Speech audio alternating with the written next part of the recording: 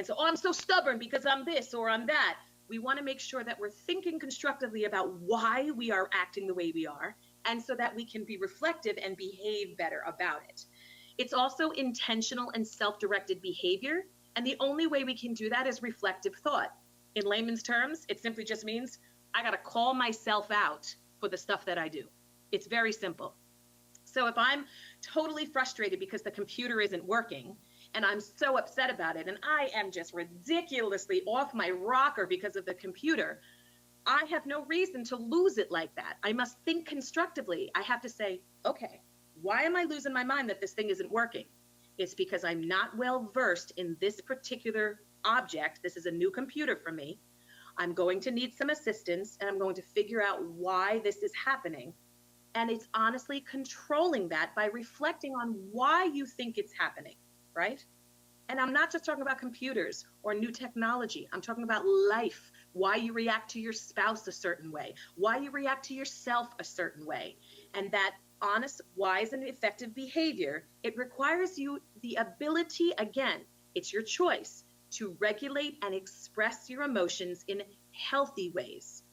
And like I said, I lost my mind when there was the rain yesterday and I was traveling 3.5 hours and the traffic was not there because no one was on the road, but the trucks were there and they were a little close. And I'm like, you don't know the road.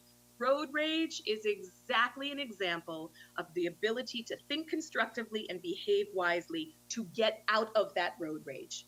Those are all different ways in which our patterns of life are molded into how we think constructively and behave wisely, or the ability or inability to. So now we want to look at the last part of EI, or Transformative Emotional Intelligence, harmonizes the cognitive and emotional minds.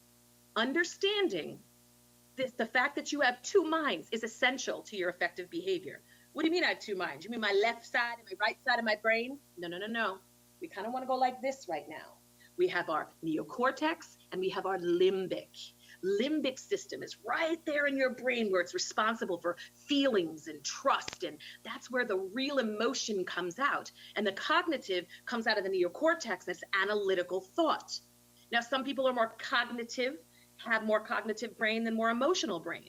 My husband, for example, he's a computer programmer, literal, logic, black and white. There it is, cognitive. Me, I'm emotional as emotion can get. I cry at the Dodo every time I watch it. I cry at Christmas commercials. I cry at the Budweiser commercials with the Clydesdales and the puppy. I'm out of my mind.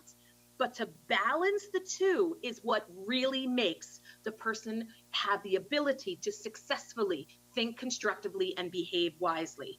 And so what does that really mean? So I'll explain to you right here. Now, I just want to give a disclaimer. If anybody has the ornithophobia, which is a fear of birds, I'm just doing a little disclaimer that the next Jiffy that's about to come out is for someone. So my sister, for example, is afraid of butterflies. So I always have to make sure that I do a disclaimer before I put butterflies in front of her. So there are people who are afraid of birds, and I wanted to give you, because it's coming right towards us, the visual of cognitive and emotional minds. It's just like that bird. Look at the wings of that bird. Without one wing, okay, if this wing is injured, that bird cannot fly the way it's doing and making that perfect landing onto a perch. That bird must fly like this. I need you to think of your brain with your cognitive and emotional mind to function.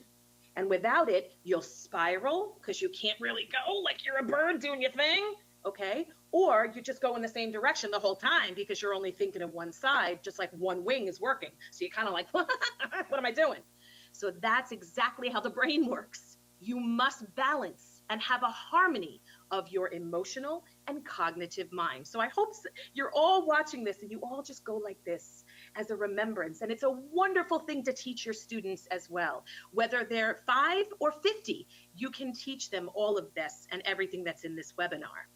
Understanding again that EI and IQ, they have to have that balance because that's what it is, the cognitive and emotional. So you have the cognitive, your intelligence quotient. Without that, you can't have the emotional and vice versa. So it's very important to be a well-rounded person in that.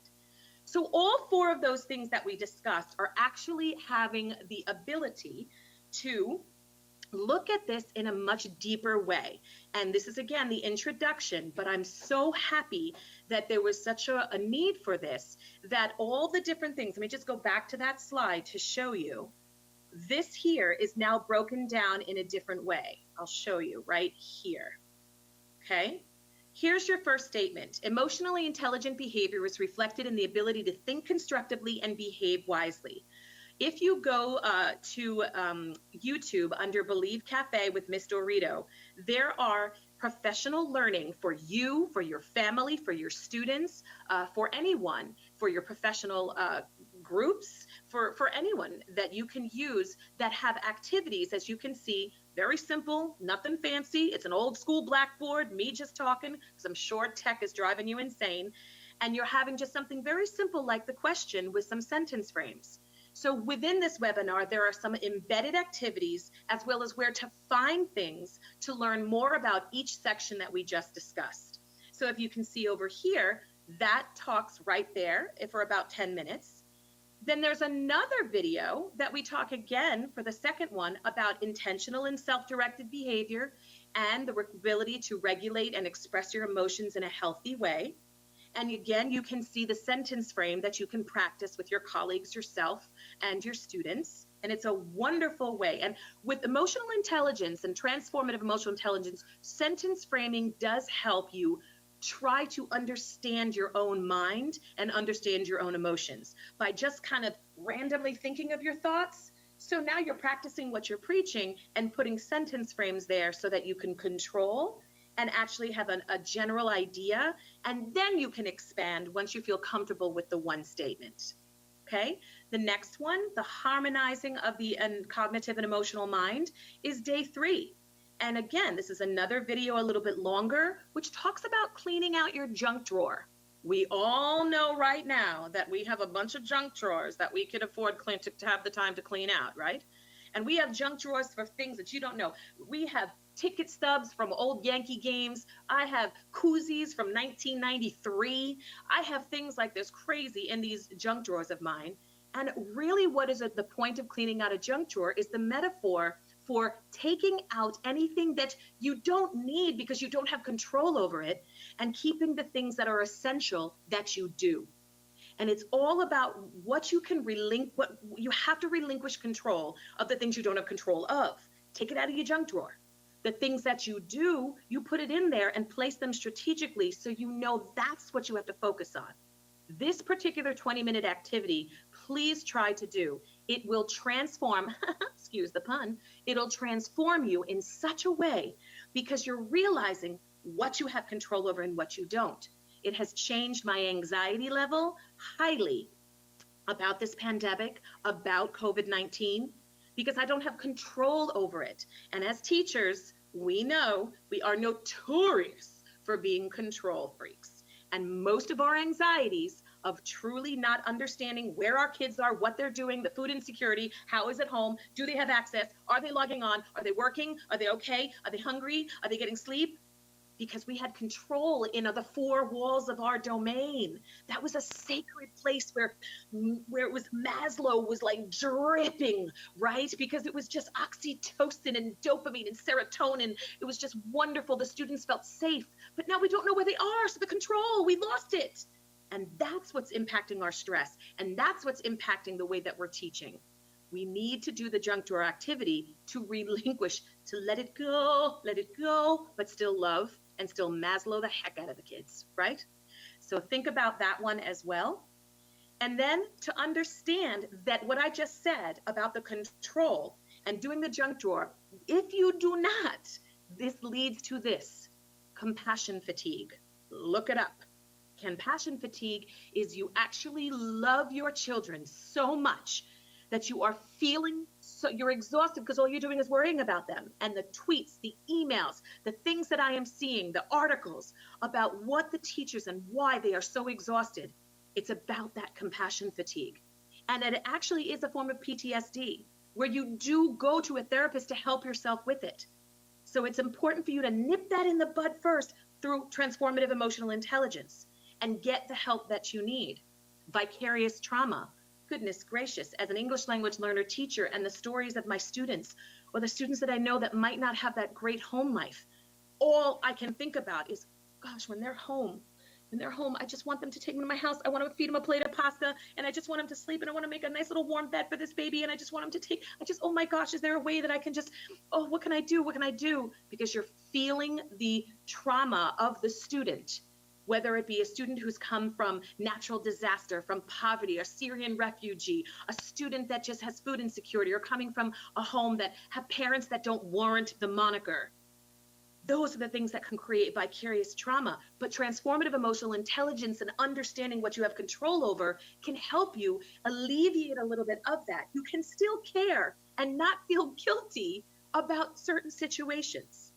You're going to create that compassion fatigue and vicarious trauma if you don't step back for a minute.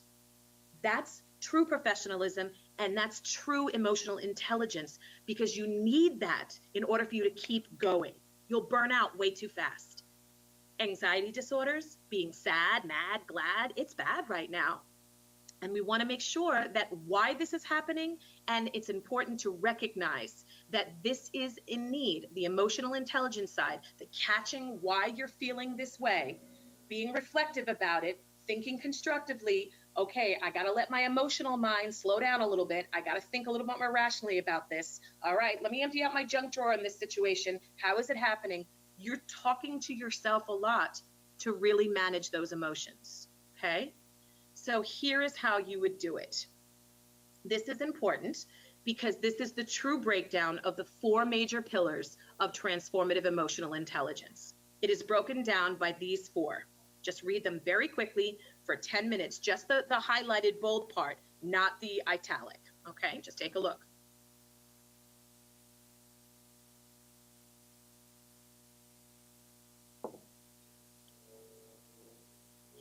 As we look at these, it's important for you to see that they're broken down this way, and there's so much more than what those italics, as you can see, I'm an ELL teacher, I'm going like this for italic, bold, question mark, comma, quotation.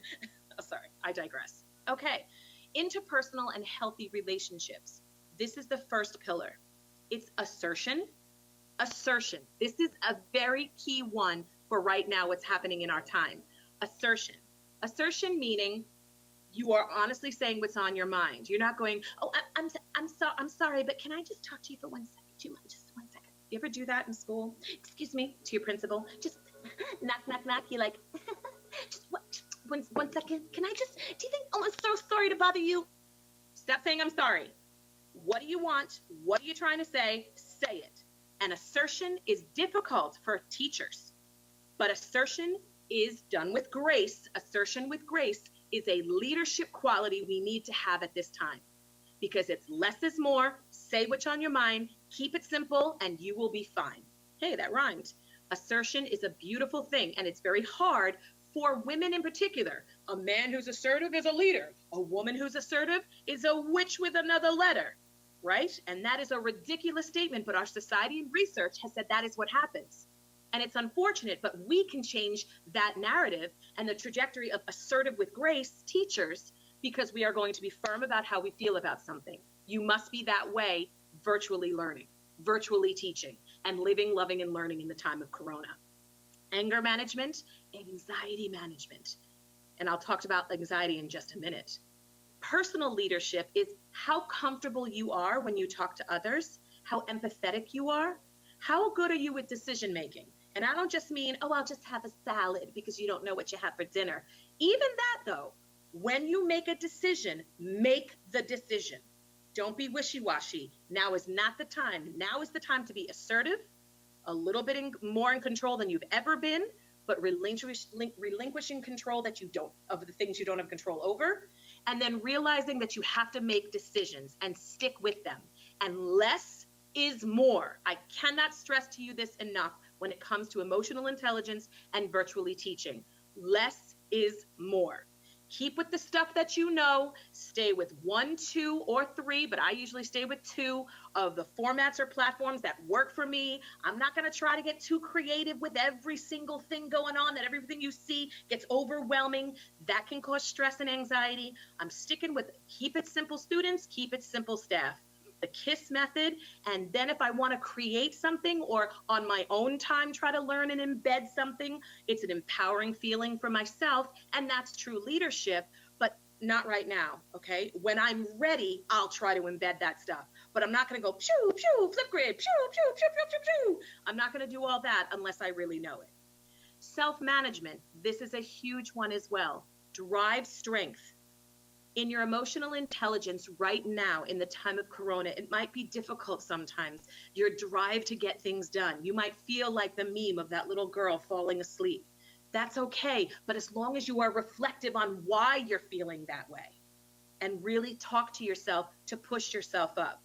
Time management, number one thing, of course, for virtual learning, but also for yourself. It is my worst. I'm still working on it. And I know this because I took an emotional intelligence assessment and found out that my time management was, ugh.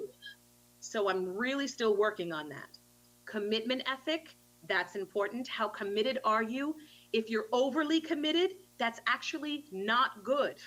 Believe it or not, you can be too overly committed right now teaching in the time of Corona. When you're overly committed, a lot of things can get to be too much, too big, overwhelming, even for the students, the parents, your colleagues, your teachers, your friends, your parakeet, your abuela, because this is so difficult that everyone's like, oh my God, she's so obsessed with learning all this new stuff, or she's obsessed with the students and trying to get in contact with them. She's doing drive-bys and honking the horn. Right? So think about your commitment ethic and balance your commitment ethic, okay? And then positive personal change for self-management. Are you hard on yourself? Are you saying to yourself, I'm just not doing it. I'm not putting on makeup. I'm not doing this. What is something that you want to do one time per day that will be a positive change for yourself? An example, I lost 8 pounds. I was so shocked. But believe it or not, during this time, I'm the opposite of the closet sugar eater that I am. Chick-fil-A sauce, anybody? I am ridiculous when it comes to eating and overeating, and I'm an emotional eater, but because I don't go anywhere, I didn't put sugar in the house. And I said, that's one little goal I'm going to start with myself every day. You know, I was like this for a while because I really wanted the sugar, you know what I'm saying? But otherwise, I realized that this is going to be a positive personal change for myself as I reflected and thought about what I needed to do. And I might not be able to say double chin anymore, but hey, whoa, I would be happy about that. Then we have intrapersonal. Intrapersonal is the conversation that you have within yourself. That beautiful person that sometimes might be your enemy, but needs to be the favorite in your life. This is the person with the self that gives you your self-esteem and your stress management. The person that shouldn't be beating you up, the person that should be graceful. The person that you should say, all right, so I messed up today and I couldn't get online and I woke up late. You idiot! That stuff shouldn't happen. This is that person in your head going, all right, you tried it. Okay, it's all right, kiddo. No big deal. I love you. You're good. We'll try it tomorrow. That intrapersonal is one of the key factors of transformative emotional intelligence. So if you are interested in getting more information about this, it will be every Monday, every day at 7:30 to 7:45 on Believe Cafe on Twitter, and it's the videos that we just talked about. So just so you know that anytime that you wanted more on each of these pillars, they are on the Believe Cafe YouTube channel, okay? So just wanted you to know about that so that you can dive deeper into it with me. I'd be so excited. All right, so let's go further to know that all of these things are like gauges. The value of 2 minds. Hello, you just talked about that, right? We talked about developing an emotionally healthy mind by talking to yourself, that interpersonal relationship, taking care of yourself, eating right, interpersonal, how you interact with other people. Watch the curtness, right? Catch yourself, but practice that assertion so that it doesn't sound curt or the opposite, the I'm sorries. We just got to really be aware of our empathy and compassion towards others. Nobody knows what they're going through. Nobody. We can understand that we're all in this time, in this pandemic, but we don't know what other people in their own homes are going through right now. So we've got to make sure that our interpersonal skills are one with compassion and empathy, but still with assertion and grace so people know exactly where you stand. Wishy-washy, not the time. So leadership, we talked about all the leadership skills that you could have during having emotional intelligence, especially the personal leadership. Self-management, we talked about the self-care, Self-renewal, take care of yourself, take care of yourself, take care of yourself. Walk away from your job on the weekends. Walk away. Step away from the computer on the weekends. I'm guilty of this with Twitter. I'm guilty of this with all social media. Step away and do something you love other than scrolling in social media. Promise me that's what you'll do. That impacts your brain function and emotional intelligence and oxygen to your brain. And then again, that interpersonal conversation with yourself. These are all key because this will help all of this. And the reason I put them in different places and different colors is because depressive disorders and anxiety disorders, you want to make sure that you check yourself and get the help that you need if you find that it's something that you can't control yourself. That's very, very important, coming from somebody who does suffer from anxiety disorder. So a certain type of anxiety disorder called panic disorder. So it's one of the reasons I do transformative emotional intelligence is for me to be vulnerable and tell you that I suffer from anxiety so that I can let other people know it's okay. We're going to be okay. But we've got to think constructively and behave wisely and understand our own emotions to do it. So I know there's a little bit of a break, and I just wanted you to think of this for a little bit because I wanted to check my time with Liz. And while I'm doing that, I wanted you to read this and just take a breath. Liz, how am I doing on time? You're doing great. You are 35 minutes in. All right. I will finish in the next 5 minutes or so, and we can get ourselves going. All right. Thanks, Liz, for that. So as you can see, we just need a little bit of a break for me because I've been going and going, and I just want you to sit and just look at what it says for tuku pamoja. Give yourself 10 seconds.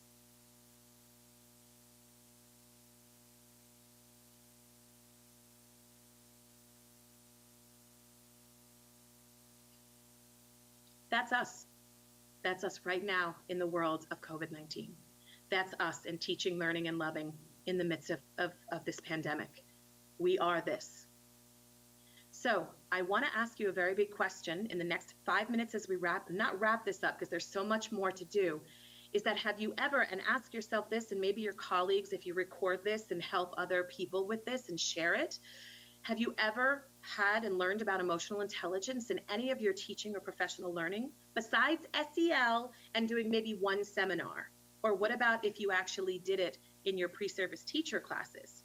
And the reason I'm asking about emotional intelligence in this way is because I've done a lot of research, and I'm in 29th grade right now getting my doctorate in emotional intelligence.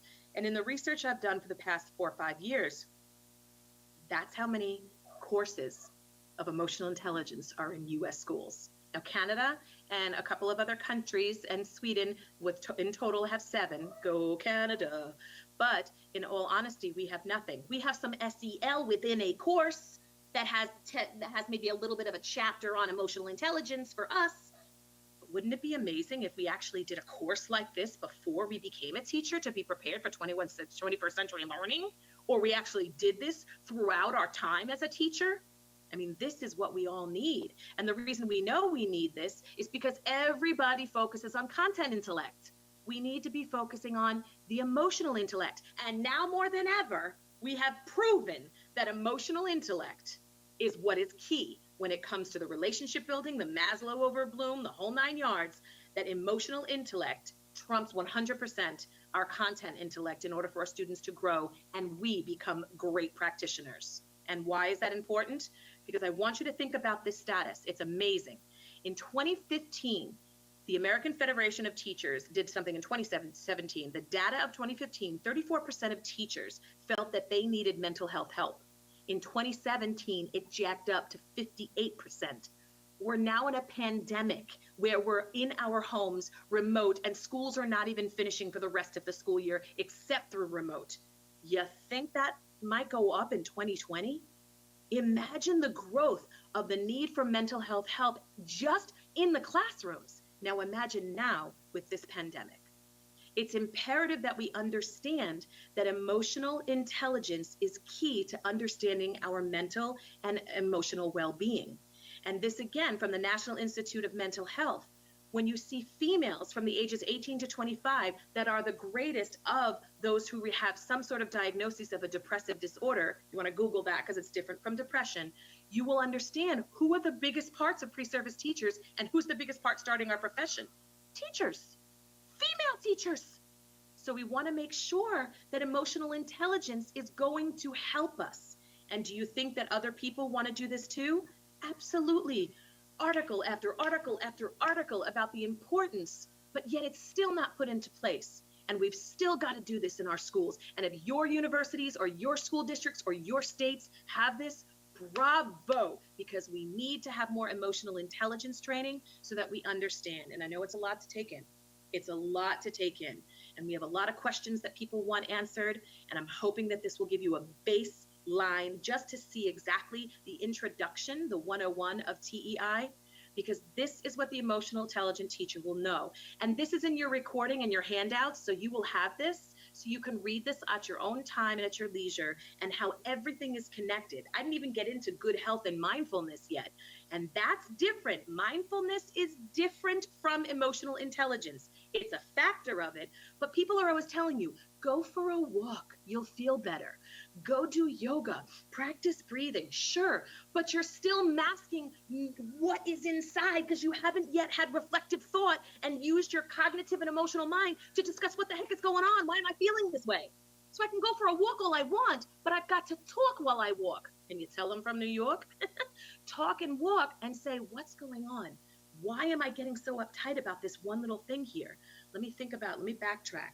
You're analyzing, talking to yourself, really absorbing while you're doing all these mindfulness things, but they're mindless if you don't actually think about your cognitive and emotional mind balance, okay? And the way that we can do this and the importance of it is to know why we need our own EI. And this is the last part of this, because we are biologically predisposed and we are hardwired, every human being, with the gray box in the center. Sadness, joy, disgust, anger, surprise, fear. All of us, our biological predisposition is to have all that. That is not a learned behavior, that is innate. But the ones on the side are learned. They have to be taught.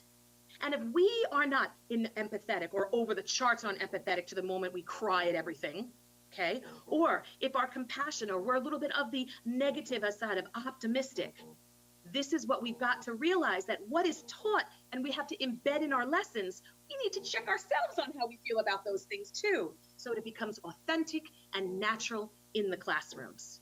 That's why that relationship between your own EI and SEL is imperative. Teachers must be aware, take their emotional assessment tests in the beginning and at the end of the school year, and to learn and grow through professional development with TEI so that you can really be well-rounded to think constructively and behave wisely during these times of difficulty like now, and prepare for future in 21st century learning. And the quote next to those crazy little kids over there, emotional experience and expression are unique to each teacher and student. No one else thinks, expresses feelings, or chooses behaviors and acts the same way. Nelson and Lowe, Dr. Nelson and Dr. Lowe and Dr. Hammett are the ones who started this whole thing. Teachers, and they understand we all react and are reacting to this pandemic differently. So we want to make sure that emotional intelligence and TEI is going to be there for us as we go on this journey to understand, to think constructively, behave wisely, and really reflect on our emotions. The last part of this is when you go into the Believe Cafe, or if you wish, there was a moment on day 8 in which I had a really bad panic attack.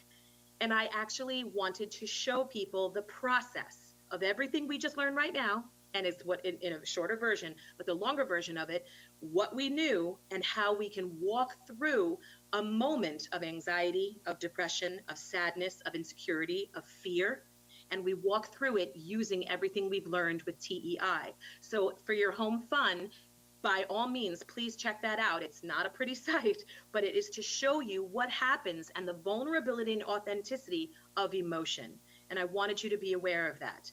When you have time, you would take a look at all of these amazing 12 things that actually emotional intelligence does for us in the classroom and out and for virtual learning.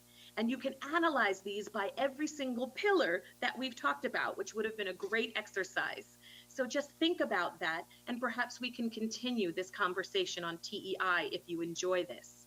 So what we want to do now before we finish is to honestly think about, and I know this was a quick thing about TEI, but in everything that you just learned, and you might feel overwhelmed by it, but now I'm interested to see what might be a word you have now to put in the question box.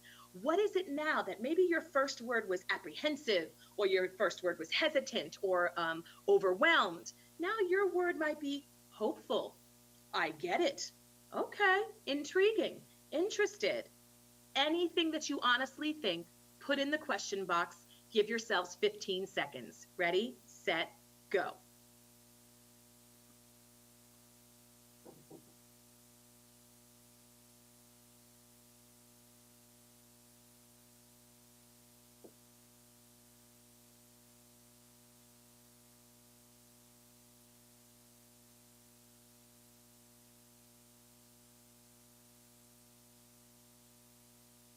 You can continue to write in the question box as I continue with the slides. So please continue to write down any of the words that come into mind while we're actually thinking about it. The word that I have chose, without a doubt, is one of the strongest words that I believe are in the English dictionary, which is believe.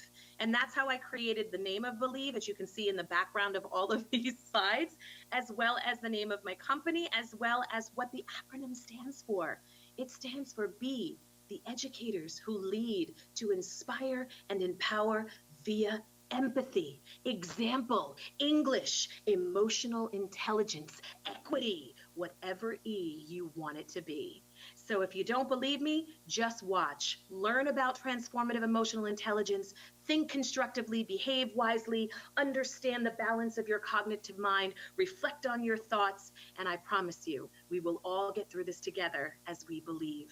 I thank you so much for your time. We're going to open this up to questions, and I hope we continue this conversation together. Thank you so much for watching. Amazing. Thank you, thank you, thank you. Amber's going to get the screen control back to me, and we will jump into some questions. A lot of folks submitted their questions as they registered for our session today. Let's go up here, and we will get to a couple of those. And if we don't get to yours today, no worries. We definitely have a mechanism in place to make sure that questions get answered.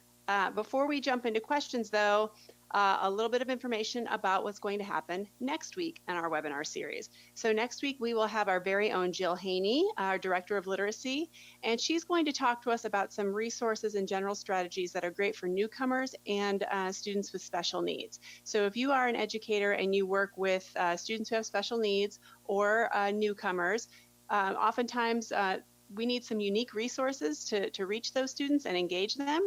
And so Jill is going to join us and talk to us about some resources and strategies for that purpose. And I think you're going to be really thrilled with these resources. You will have access to some of them for free as well. So this will happen on Wednesday of next week at 3 p.m. Eastern Time. And you can register as usual on our website, sdlback.com, in the webinar series section. So looking forward for everybody to join us next week. Dorina, I have 3 questions for you. Are you ready? I'm ready.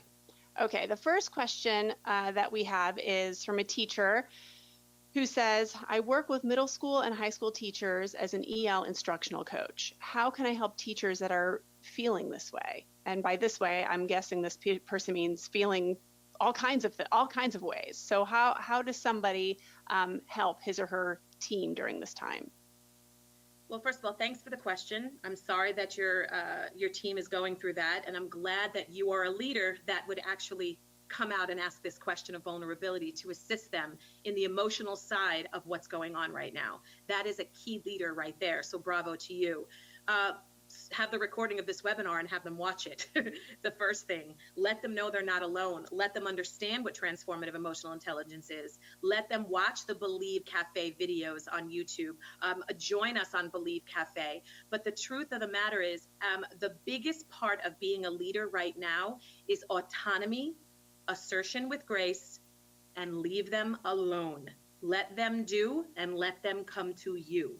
The overwhelmingness of how they're feeling, you have to come up with, and one of the biggest things I've often said to a lot of people is come up with some answer. Anytime anyone has a question, and then at the end of the week, every question, every concern is then put in one sheet, and then you answered every one of them. Because a lot of times people are repeating the questions or repeating their concerns, and you can actually have them all in one with resources on how to manage emotion.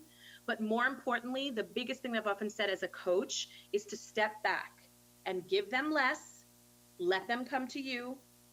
Don't make them repeat things by simply having something for them as a go-to where they can put their questions in, maybe a Google Doc, maybe do a survey for them every Monday. How are they feeling? Any questions or concerns? Aggregate that data and then drive instruction or conversation through that. Let them know that they're not alone. So does that make sense? And I just hope that that does answer some of your question. And if you want to expand on that, find me anywhere with the information that's here, and I'll be happy to really help you with that.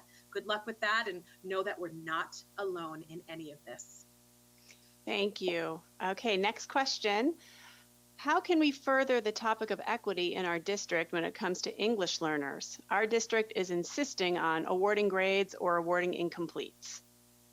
Well, this is another webinar for another time. I'm going to tell you right now, I'm going to go New York on everybody at this point, not to perpetuate a stereotype, but I'm a little bit, that's not like I'm going against what I said for emotional intelligence, but I will tell you, I digress. It frustrates me, and equity frustrates me more than anything right now, because I have seen observations of teachers with 4 kids in the back on Imagine Learning while the other yellow kids are on the back of Imagine Learning while the other kids are engaged, and it's completely different instruction rather than what's happening. Lack of equity. The kids are not being engaged. Lack of equity. There's a lack of differential all in the brick and mortar. Then principals are walking in and they're watching it and they're thinking it's okay. That's their form of differentiated instruction.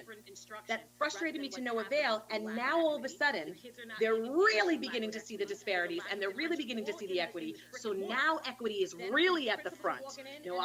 Part of me is like, already knew that, people, but at the same time, now that it is in the forefront and we're excited that it is, in order for you to understand, to reach equity, you need a seat at that table. But this is where you've got to prepare for having that seat at the table.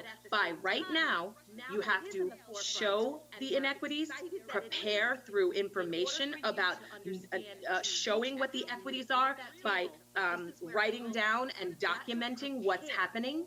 And when you start seeing the documentation of students not logging on, students not finishing their work, this student has a job with his dad, so he has to work instead of logging on. This is what's happening here, this. When you start aggregating that data and then present that data to your administration, that will drive the conversation for the inequities next year. So what right now is, you are the most crucial person. This is your junk drawer thing right now.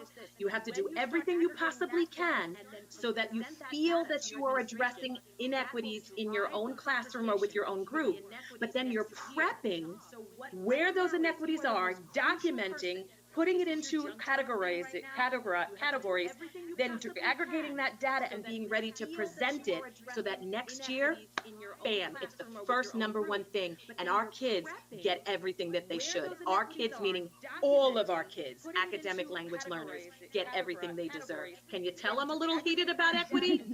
Just a little bit. But that's great advice. Sometimes people they need some concrete steps to get going when there's so many other feelings and things to deal with. So I think that's awesome. And finally, third question, the last one we'll have time for today. How do I talk to students about their own emotional needs at this time? To get going when there's so many other feelings and things. Again, I'm going to say, go back and watch this. Go back and watch Believe Cafe. Wendy Madigan Turner. Wendy Madigan Turner. She is a teacher of the year for her state, and she is an unbelievable human being that uses SEL, eats, sleeps, and breathes SEL for her students. students, and the way in which she does things, please follow her. I can also give you her information if you email me or find me on Twitter. And you just, if you just follow her as an example, she shows you processes on how to do so. Another thing that I do with my students, because I go into a classroom that I serve of newcomers. I've been serving for the past 3 years in Bay County Public Schools. I go in and I model teach, and I use Saddleback actually, and I use the Saddleback SEL program. And there are these things called what are they called again? Pictures?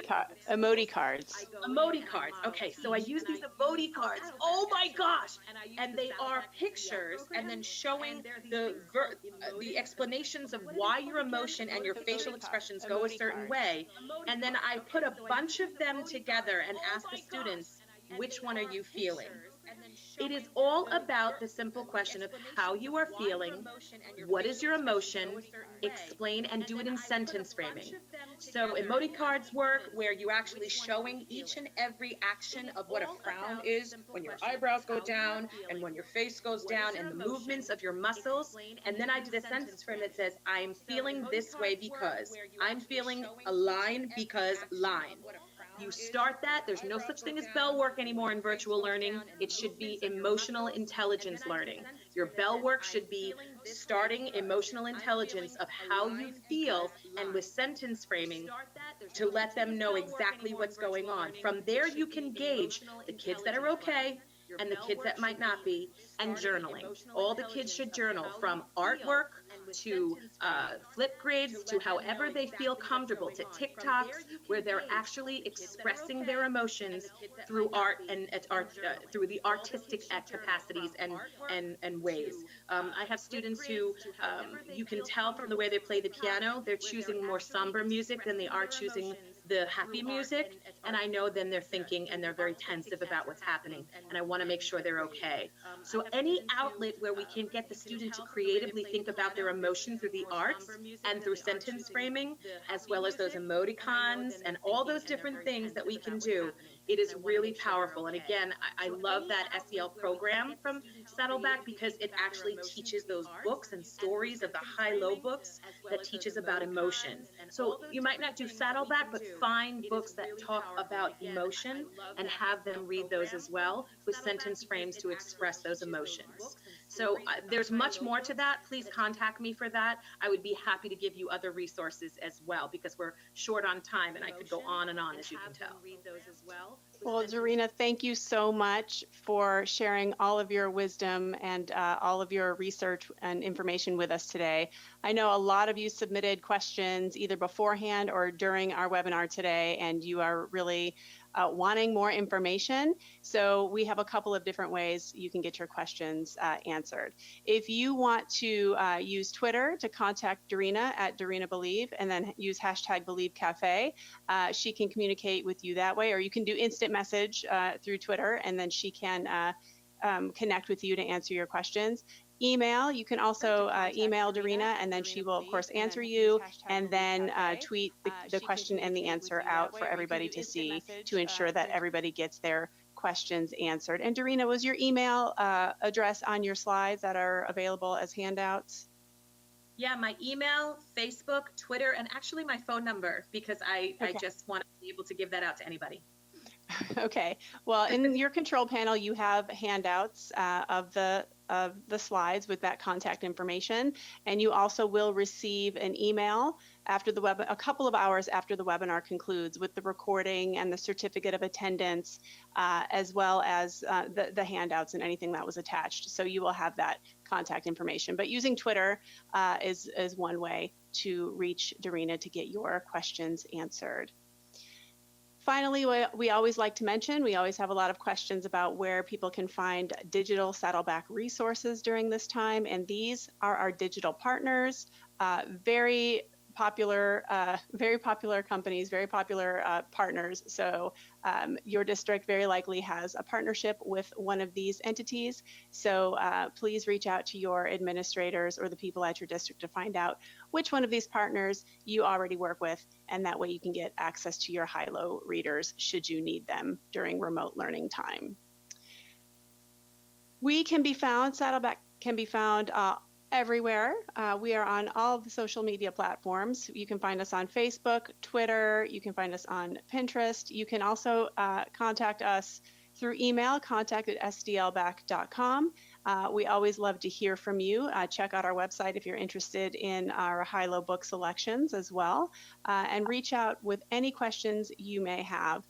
We are always happy to hear from you. And thank you, everybody, for tuning in. We look forward to seeing you again next week. And thank you, Dorina, once again.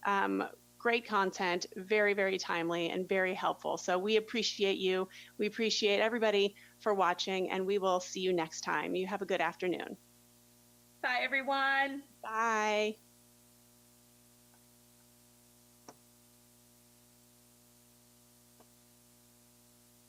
For watching, and we will see you next time. You have a good afternoon. Bye, everyone. Bye.